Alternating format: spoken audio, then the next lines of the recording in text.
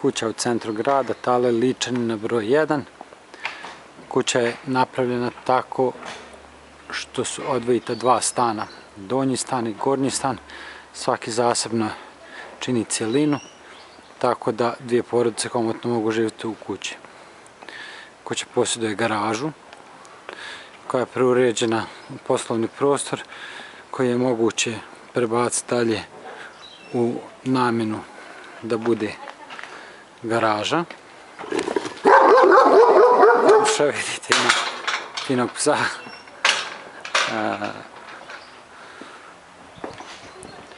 Dolaza u kuću, sjedi između garaže i kuće.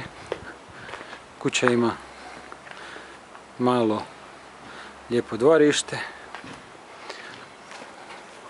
ulaz u donji stan zgrade koji je kompletno namješten.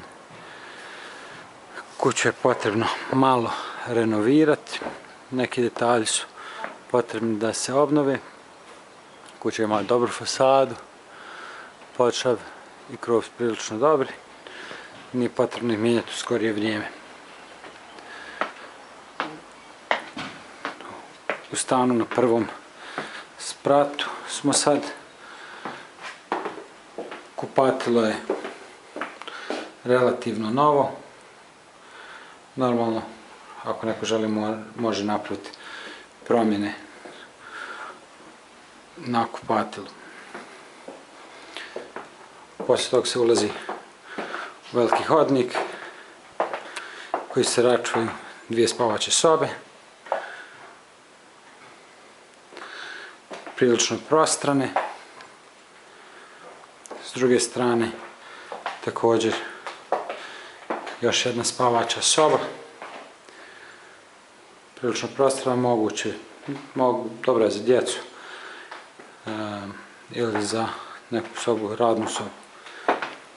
Kuća također ima veliki dnevni boravak. Taj dnevni boravak je spojen direktno sa kuhinjom koja ima izvanredan pogled. Iz dnevnog boravka imate izlaz na terasu sa jako lijepim pogledom na grad Bihać i okolinu. Stan identičan se nalazi i na donjem spratu, samo želim da vam pokažem još i pogled.